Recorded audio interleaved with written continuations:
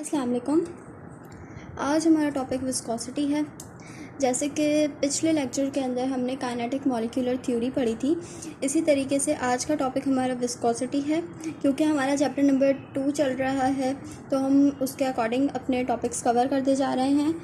तो आपको kinetic molecular theory का लेक्चर डिस्क्रिप्शन में लिंक मिल जाएगा, वहाँ से आप सुन सकते हैं। और उसके अलावा विस्कोसिटी का लेक्चर हम स्टार्ट करते हैं कि फर्स्टली विस्कोसिटी होती क्या है।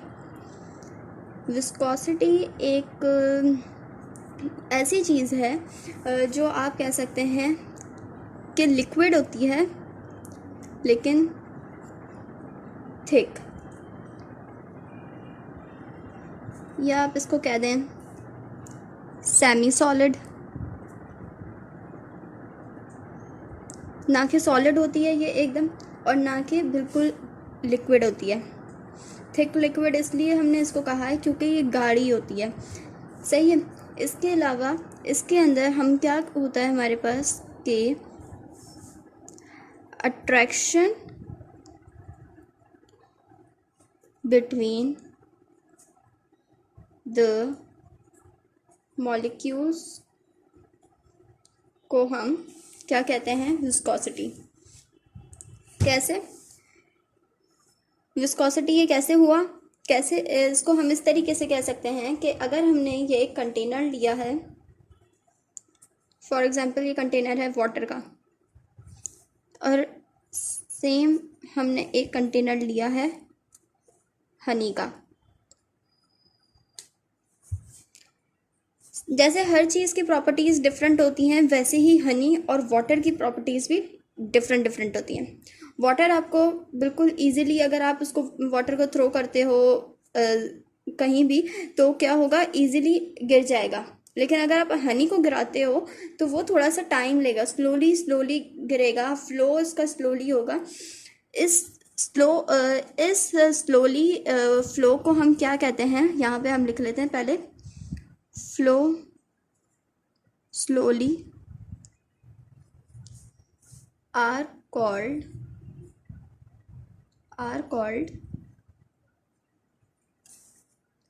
viscous fluid। क्या कहते हैं हम उसको, विस्कस फ्लूइड कहते हैं, या आप कह लें विस्कस लिक्विड कह लें। विस्कस लिक्विड ज़्यादा सूटेबल रहेगा। अगर हम यहाँ पे एक एग्जांपल के तौर पे रख लेते हैं, यहाँ पे कंटेनर्स हमने बनाए, ये हमारे पास एक मार्बल है, दोनों जगह पे हमने साथ बना लिया। यहाँ पे वाटर फिल हुआ हुआ है और एज इट इज़ यहाँ पे हनी फिल हुआ हुआ है इस कंटेनर में।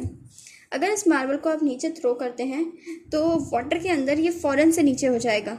अगर इसी मार्बल को आप हनी के अंदर थ्रो करते हैं तो ये धीरे धीरे धीरे जाके गिरेगा। क्यों? क्योंकि सबके इसके अंदर हम क्या बात कर रहे हैं कि जो अट्रैक्शन ऑफ मॉलिक्यूल्स होते हैं इसके अंदर, वो मतलब कि एक दूसरे में इतना ज़्यादा कंबाइन हुए हुए होते हैं मॉलिक्यूल्स के, उनको गुजरने में, मतलब कि फ़्लो होने में, अगर उनके अंदर से कोई चीज़ पास कर रहे हैं या उनको हम गिरा रहे हैं किसी कंटेनर से, तो वो फ़्लो बहुत धीरे धीरे होते हैं। यानी कि रेजिस्टेंस बिटवीन फ़्लो कह लें, या आप ये बात भी कह सकते हैं रेजिस्टेंस टू फ़्लो। यहाँ पे हम लिख लेते हैं रेजिस्टेंस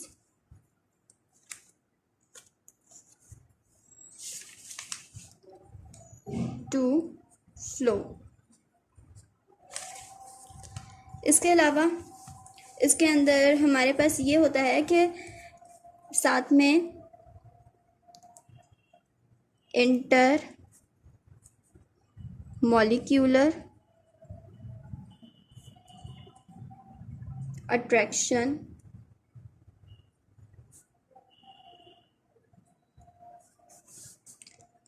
accounts for this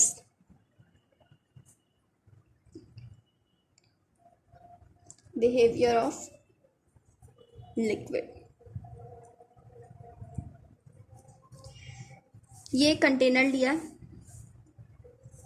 सही है, विस्कस लिक्विड है ये, इसके अंदर फिलअप हमने किया हुआ है विस्कस लिक्विड,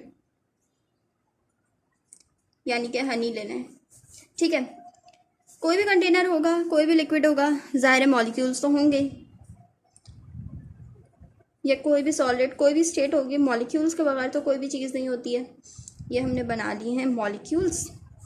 और मॉलिक्यूल्स के अंदर ये वाला हम मॉलिक्यूल अगर सपोज करते हैं, तो अगर ये मॉलिक्यूल यहाँ पे है तो इसकी फोर्स ऑफ अट्रैक्शन इसके साथ होगी, इसके साथ भी होगी, इसके साथ, इसके साथ, इसके साथ, इसके साथ, और फिर एज इट इज़ इसकी फोर्स ऑफ अट्रैक्शन इसके साथ भी होगी, इसके साथ भी होगी, इसके साथ भी होगी, इसके साथ भी होगी, फिर इसके साथ भी।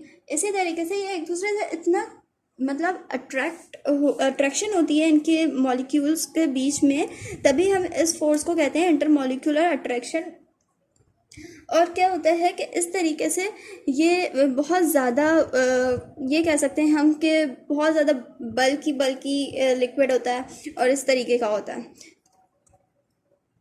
ये चीज़ तो हमने देख ली है कि विस्कोसिटी होती क्या है और विस्कस लिक्विड भी क्या होता है, लेकिन एक चीज़ है जो हमें पढ़नी बहुत लाजमी होती है।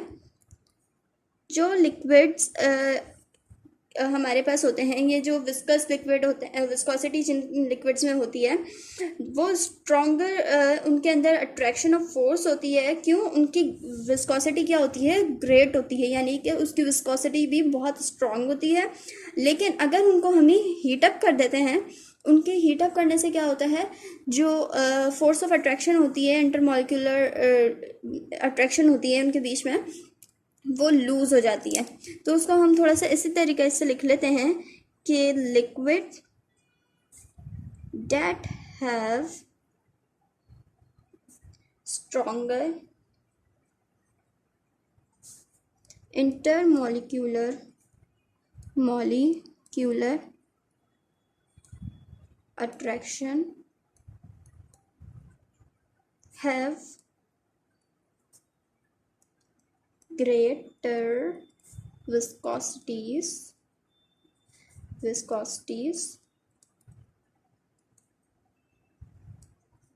सही है। एज इट इज़ कि यहाँ पे हमने क्या बात की है कि जिनके पास जिन लिक्विड्स जो क्या होते हैं, जिनके अंदर फोर्स ऑफ अट्रैक्शन क्या हो, हमारे पास बहुत स्ट्रॉन्गर कब होती है, जब उनकी विस्कोसिटी भी ग्रेटर हो। लेकिन एज इट इज़ अगर हम इसी को वो करते हैं, हीटअप करते हैं, तो ये क्या होते हैं, इनके मॉलिक्यूल्स लूज़ हो जाते हैं और ये थोड़े से लिक्विड फॉर्म में आ जाते हैं। अगर आप हनी को भी गर्म करके देखेंगे तो वो थोड़ा सा लूज़ हो जाएगा बनिस्बत जब वो ठंडा होगा, तो तब वो ज़्यादा विस्कस होगा, बनिस्बत जब वो गर्म होगा तो कम होगा विस्कस। तो हमारे पास इसका यूनिट जो होता है वो होता है पाइस, और 1 पाइस हमारे पास होता है 1 ग्राम पर सेंटीमीटर सेकेंड। आपके इसके अलावा मैं आपको एक चीज़ दिखाऊं, हमारी बुक के अंदर एक चार्ट बना हुआ है पूरे, इसके अंदर लिक्विड्स हमने यहाँ पे मेंशन कर दिए हैं कि वाटर, इथाइल अल्कोहल, ग्लिसरीन और एसीटोन। 0 सेंटीग्रेड है तो इनकी विस्कोसिटीज़ ये हैं, लेकिन अगर 20 सेंटीग्रेड हो रहा है तो इनकी विस्कोसिटीज़ कम हो रही हैं, और अगर 50 सेंटीग्रेड हो रहा है तो उससे भी कम हो रही हैं। तो इस चीज़ से हमें ये बात पता चलती है, इस टेबल के लिहाज से भी हमने ये चीज़ नोट की है कि अगर viscosity of a liquid decrease होती है तो टेम्परेचर क्या होता है, इंक्रीज़। यानी कि विस्कोसिटी टेम्परेचर हमारा क्या होता है, इंक्रीज़ हो जाता है जब हम विस्कोसिटी डिक्रीज़ हो जाती है। यानी कि अगर आप हनी को गर्म करेंगे तो उसका विस्कोसिटी लेवल क्या होगा, लो हो जाएगा, यानी कि और टेम्परेचर क्या हो जाएगा, हाई हो जाएगा। तो यहाँ पे हमारा होता है टॉपिक ख़त्म, और इंशाल्लाह नेक्स्ट वीडियो में न्यू टॉपिक के साथ हम आएंगे। और अगर आपको इस टॉपिक के अंदर कोई भी क्यूरी हुई हो तो आप मुझसे कमेंट सेक्शन में पूछ सकते हैं। अल्लाह हाफिज़।